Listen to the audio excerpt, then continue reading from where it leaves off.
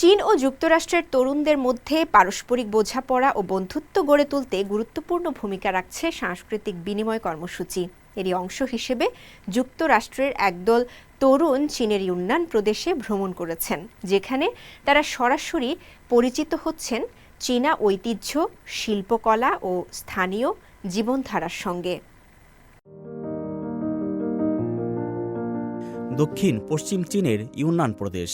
এখানকার পাহাড়ি প্রকৃতি, ঐতিহ্যবাহী জনপদ আর সমৃদ্ধ সংস্কৃতির মাঝেই শুরু হয়েছে যুক্তরাষ্ট্রের একদল কিশোর তরুণের ভিন্নধর্মী শিক্ষাযাত্রা। শ্রেণীকক্ষের গণ্ডি পেরিয়ে তারা এখন ধারণা নিচ্ছে বাস্তব অভিজ্ঞতার মাধ্যমে চীনের ঐতিহ্য, শিল্প আর মানুষের জীবন নিয়ে। এই শিক্ষাযাত্রায় শিক্ষার্থীদের বিশেষভাবে আকর্ষণ করেছে চিয়ামা নামের একটি ঐতিহ্যবাহী কাঠখোদাই ছাপচিত্র শিল্প, যা সাধারণত সৌভাগ্য ও সমৃদ্ধির প্রতীক হিসেবে ব্যবহৃত হয়। হাতে তৈরি নকশা আর প্রতীকের গভীর অর্থ দেখে মুগ্ধ শিক্ষার্থীরা। এটা খুব সুন্দর।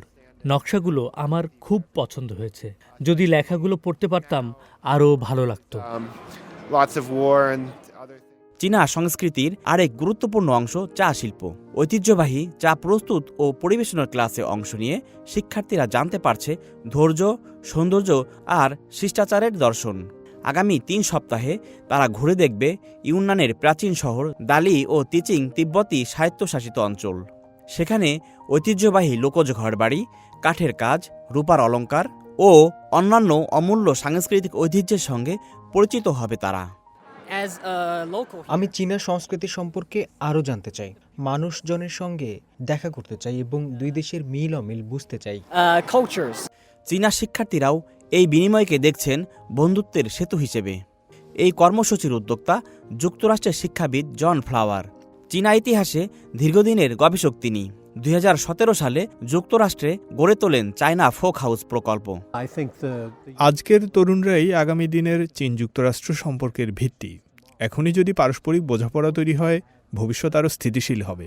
2023 সালের নভেম্বরে চীনা প্রেসিডেন্ট শি জিনপিং পরবর্তী 5 বছরে 50,000 মার্কিন তরুণকে চীনে আমন্ত্রণের প্রস্তাব দেন। এরপর থেকেই বাড়ছে এই ধরনের শিক্ষা বিনিময়।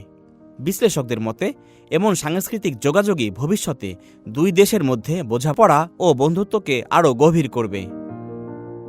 আল আমিন আজাদ, CMG বাংলা।